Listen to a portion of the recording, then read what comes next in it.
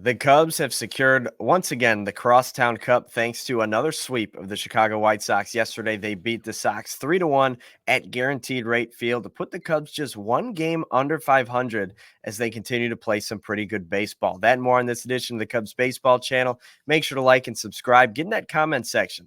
Let us know if you're starting to drink the Kool-Aid yet on this team's potential to make the postseason. But for now, thank you for coming to the show, and here is your invitation to our show.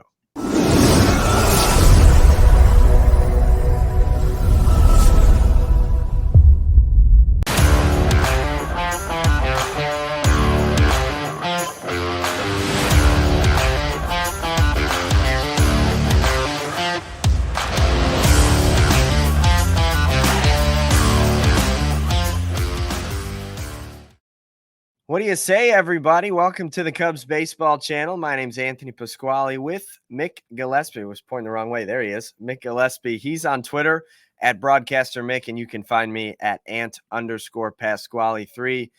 Mick, I know you had a busy day yesterday with the 9-9-9 challenge at the ballpark, but what were your thoughts on the Cubs game that we got to see yesterday, beating the Sox, a 4-0 sweep over them this season?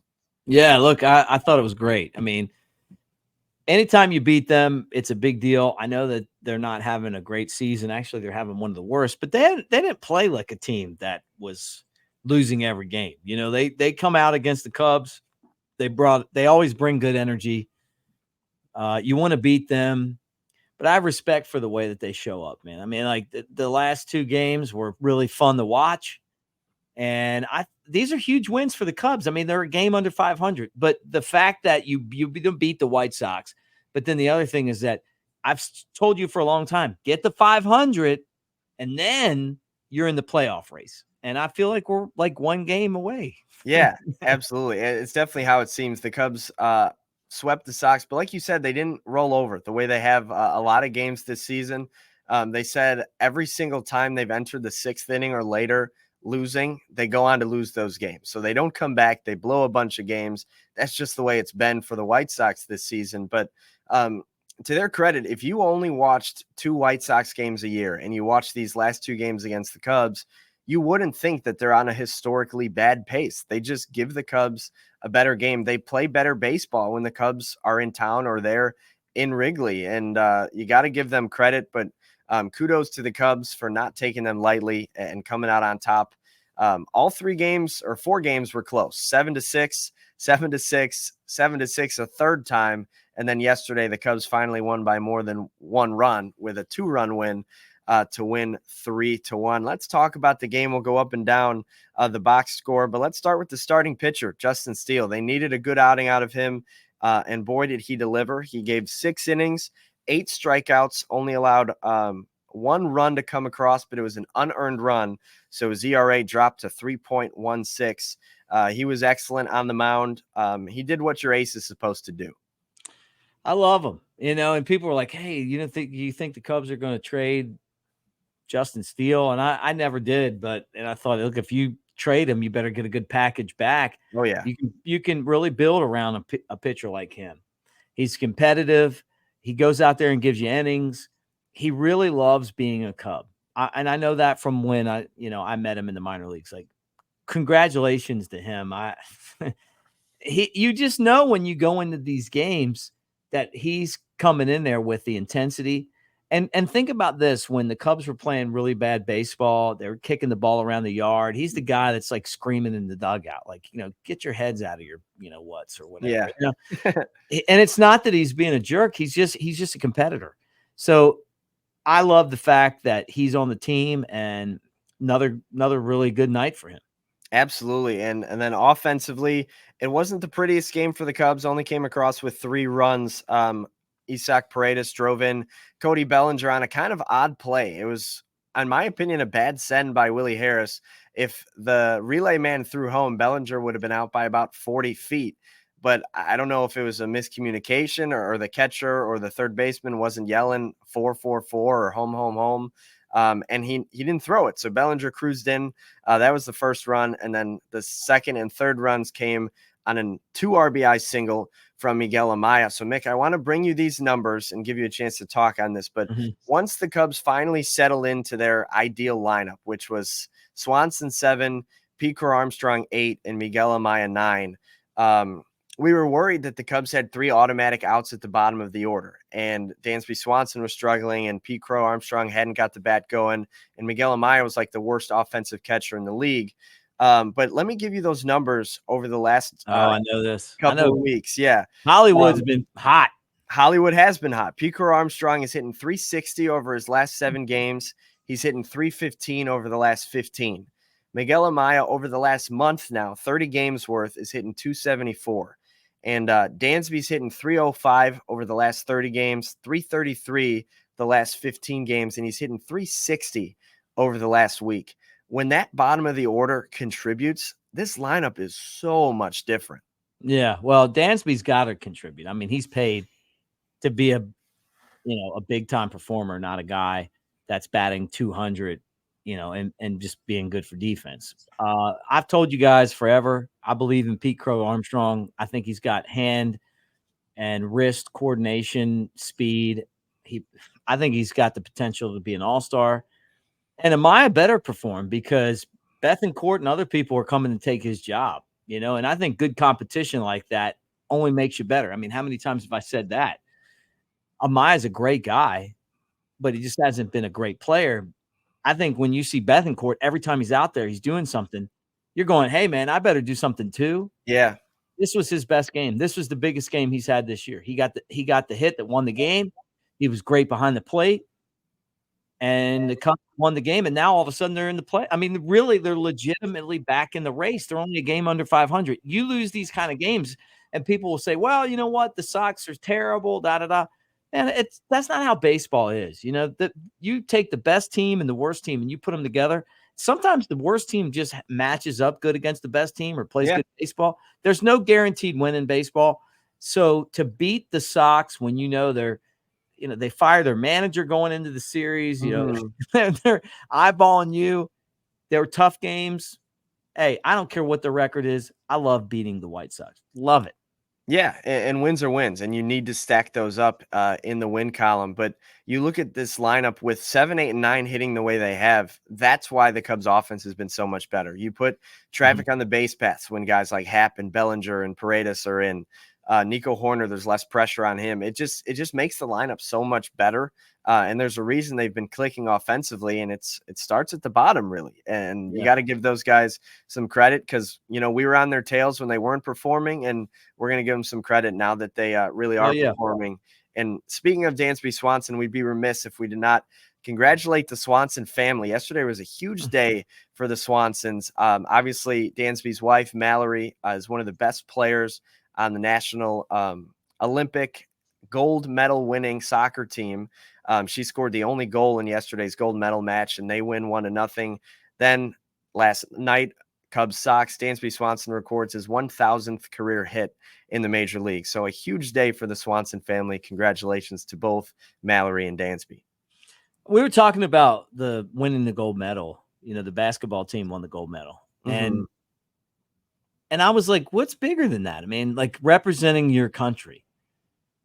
And I know not everybody feels like that, but to me, I feel like winning the gold for your country is as big as it gets, So congratulations to her and the basketball team and all those athletes that have won gold medals, because when they put up that medal count and it's like, you see the stars and stripes at the top, all the hard work that's gone into getting to where you're at, it really is special, and so congratulations to her. I mean, you got a gold medal. Like, you're gonna have that. Like, think about it. People are gonna come over like, hey, you want to see my gold medal? Like, yeah, right. It's a big deal.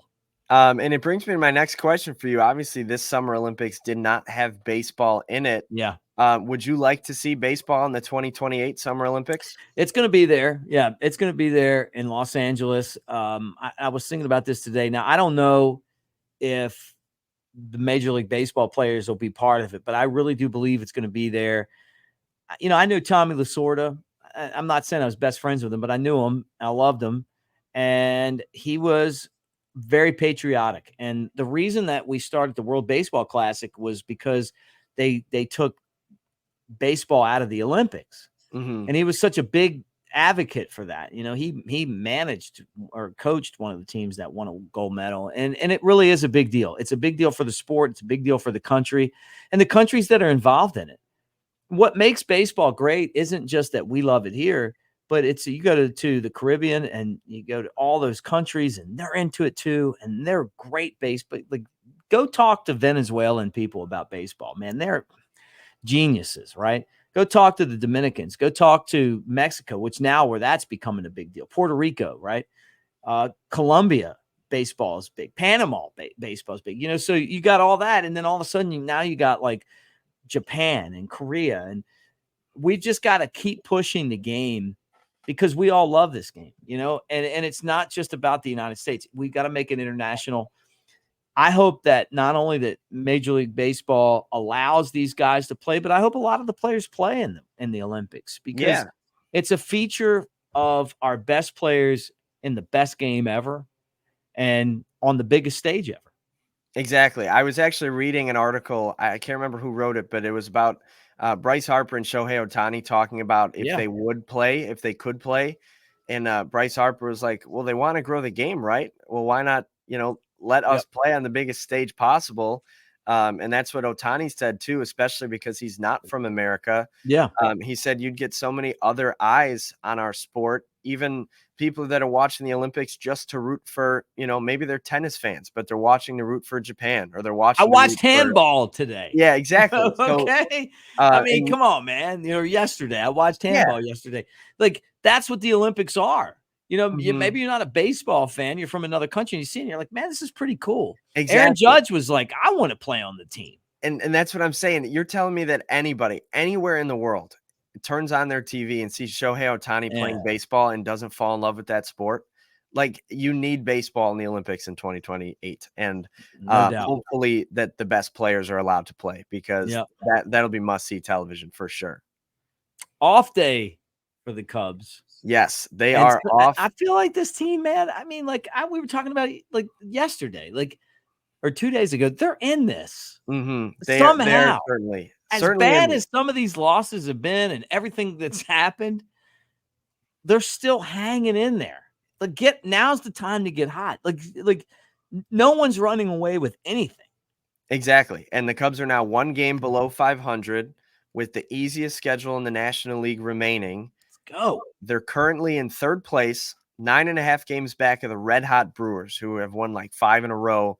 But they're only 3.5 back in the wild card, which is as low as it's been in forever. So what's the percentages though? It's probably still like 90% that we get in, but still, percentages. There it is. 93%. Yeah, they're still not looking great. The big reason why they don't look great is the Giants are red hot ahead of the Cubs.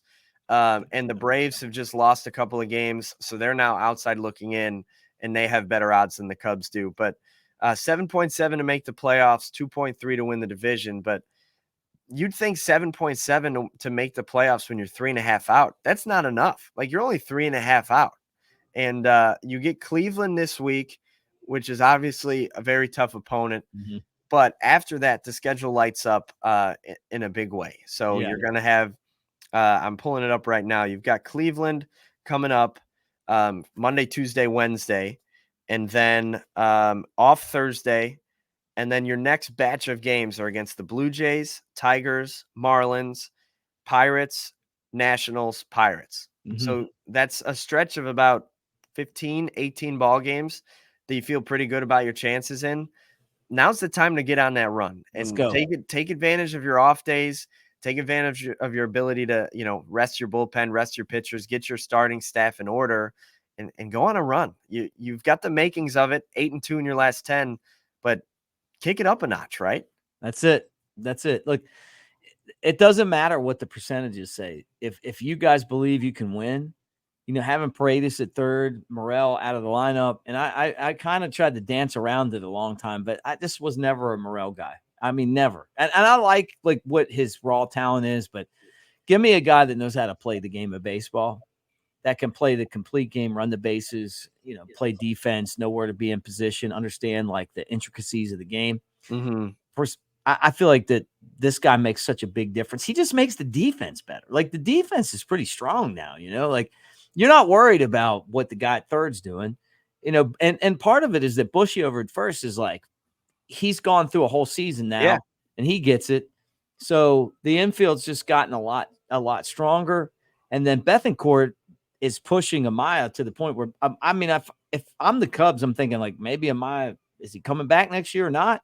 Yeah. You got to go out there and earn your spot. And we've gotten the best out of Amaya too. So it's exciting, and Pete Crow-Armstrong, I've said it from the beginning. This is the guy that I thought that we were getting last year. We're getting him now. Like he just is who he is. Like he's stealing bases. He's in the outfield. He's just a better outfielder than pretty much everybody in the game. Like he covers more ground. The infielders and the other guys on the corners just got to understand, like, hey, you know what? Cheat to the corners because this guy's going to be able to cover a lot more ground than anybody else. But he's also taking advantage of that, his ability to turn on baseballs, and he's having good at bats, and he's worked really hard on that. Just having a quieter swing, you can just tell the difference. But I figured it would happen. I just hope that he just continues to have success. I really like him, man. I just think he's an exciting player, and he's the kind of guy you want in your lineup. Yeah, no doubt. It certainly seems like a PCA has arrived at the big league level. There was a ball last night that looked like a gap shot, and he overran it. Like, that's how fast the guy is. It wasn't even like a gapper. He was ahead of the ball. And then you mentioned Paredes. I think one of the biggest advantages of having somebody that you trust in the lineup is that you don't have to, and no offense to these guys, but you don't have to insert guys like Madrigal and Mastroboni and players like that. Yeah. Like as you a don't need two guys to play third anymore. Yeah, exactly. You're exactly right. You have a guy that you trust, and it just makes the lineup so much better. And so I think that was let me say this too. Just kind of to finish this is that they moved all these guys up to AAA.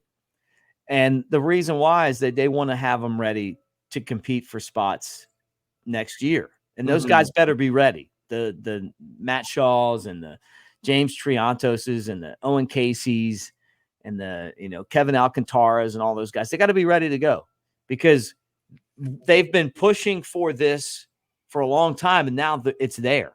Right. So the Patrick Wisdoms and the Nick Magicals and the, those kind of guys, like, they're just winning teams. No offense, that you don't have a spot for them. You want guys that are going to come out there and push for playing time, and where you don't have to worry about putting them in the field. And I don't know. You were talking about the other day, like with Patrick Wisdom. Like, as long as you have a spot for that guy, you got a problem on your roster. Right. And it's the simplest way to put it. Like your team's going to be a better team if your bench is Matt Shaw, Kevin Alcantara, and like whoever. And right. Triantos. Exactly. Owen Casey, or maybe you got Casey playing right and you got Suzuki DH and whatever it is. Right. The Cubs have really, really talented players in AAA, and those guys better be ready to win some spots this spring and force out the players that you're like, man, they're one-dimensional, like Matt, like Wisdom. Hey, man, great mustache. You can hit a home run. But what else can you do? Every time he's in the field, I'm just like this. Yeah. So exactly. Running the bases. So it's certainly it's certainly an exciting time to be you've got an influx of guys ready to get their mark at the big league level. Then you have a big league team that's a little hot right now, going on a stretch of games that they'd like to win some more and continue to climb up those standings. So we'll see what the Cubs can do off today, and they start a series against Cleveland tomorrow. But guys, thanks so much for joining us here on the Cubs Baseball channel. We appreciate you guys. Make sure to like and subscribe. Follow us on TikTok, Twitter, Instagram, all those social media pages as we continue to chop it up Cubs style on all these different platforms. And for now, thank you guys for tuning in, recapping a Cubs win.